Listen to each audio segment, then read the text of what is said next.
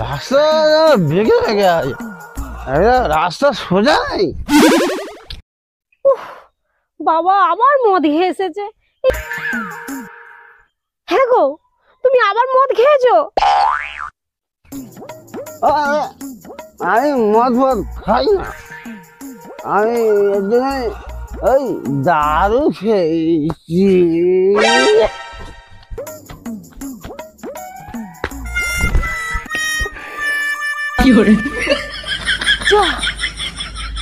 এতক্ষণ ধরে পড়বে পড়বে করছিল, এবার পুরো পড়ে গেল।